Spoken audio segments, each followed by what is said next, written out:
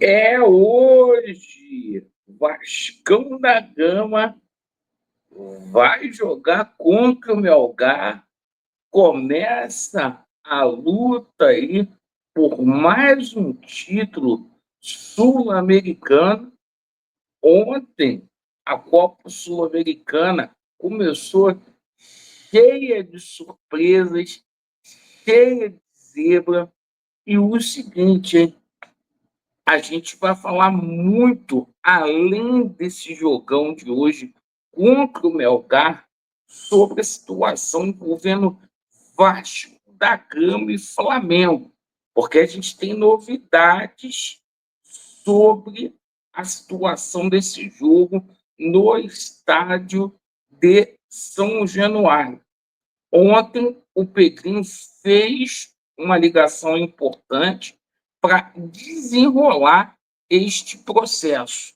E por falar em desenrolar processo, a gente vai falar muito aqui também sobre a situação de duas renovações de contrato que estão aí encaminhadas e a quem venha interessar, a gente vai falar muito aqui também sobre essa situação do Magnate lá no São Paulo, porque a situação não está tão definida assim como foi falado na semana passada, não, certo?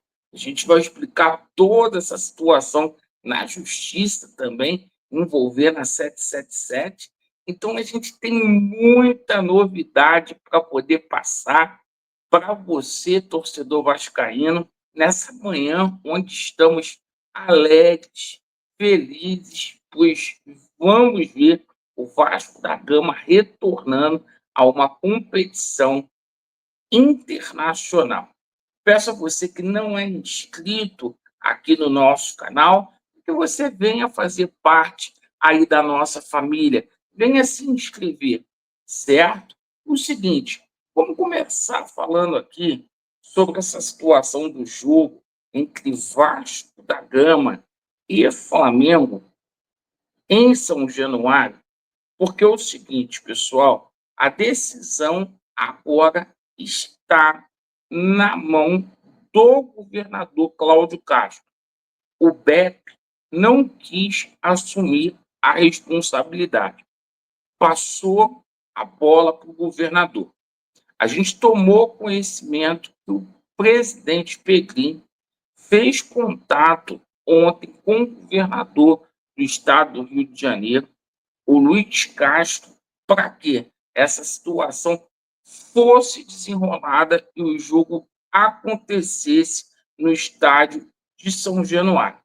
Há um grande questionamento por parte do Vasco da Gama, pois a Polícia Militar do Estado do Rio de Janeiro garantiu 2 jogos de 2 competições internacionais.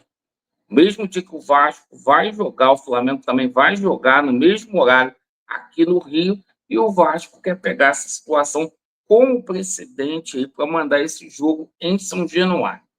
Perfeito? Então, essa é a grande novidade, na mão do Cláudio Castro, e o Pedrinho, inclusive, já conversou com o governador.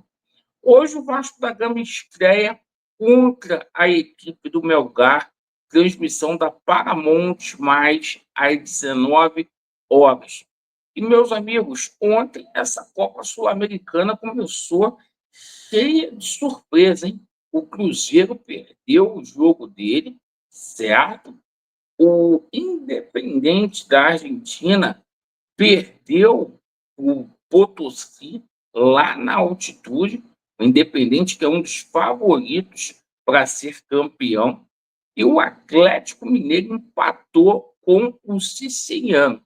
Então, é o seguinte, pessoal, não tem jogo fácil nessa competição.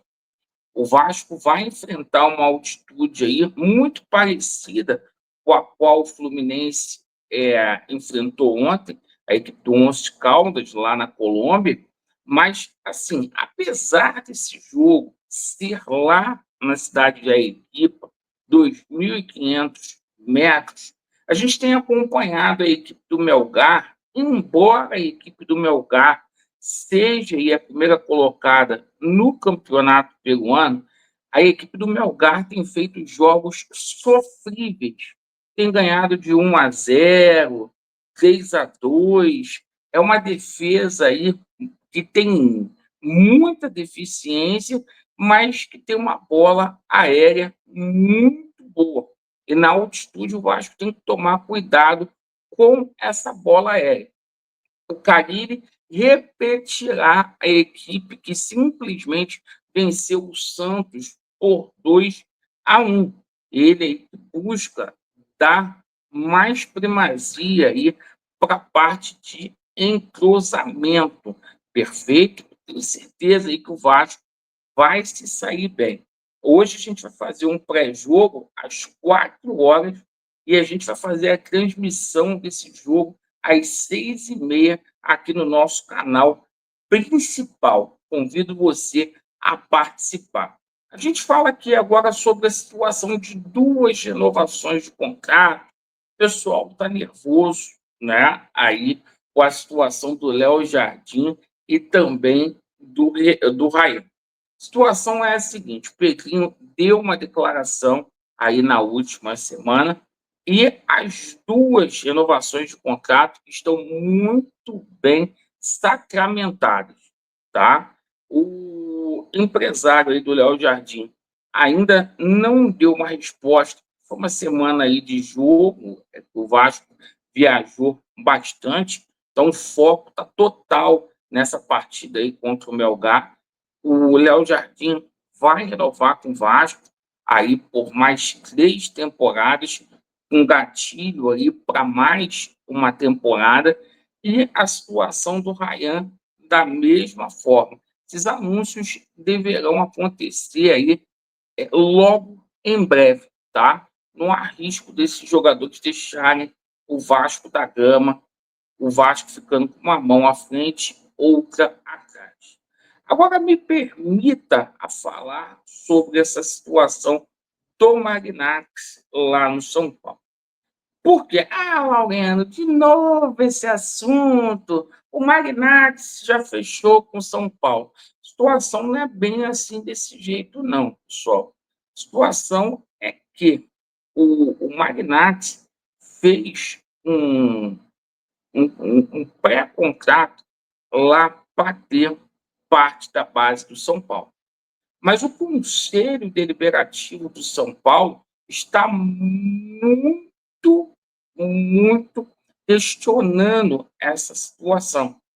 E essa situação aí está sofrendo muita resistência dentro do tricolor paulista, porque muito embora o Júlio Casares, presidente aí do São Paulo, venha cravar o acordo com o Grilo, essa situação não tem caído bem aí no Conselho Deliberativo de São Paulo, porque alguns conselheiros não concordam aí que Cotia, né, onde fica a base de São Paulo, seja vendido, certo?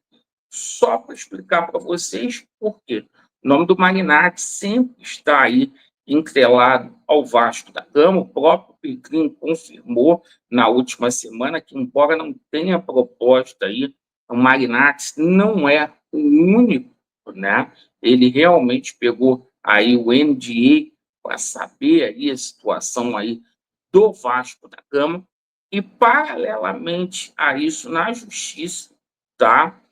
Aqui do Rio de Janeiro, foi aberto vista para o Vasco da Gama, o Vasco se manifestar com relação à situação da representação dos representantes da 777, lá do Mar Chapio.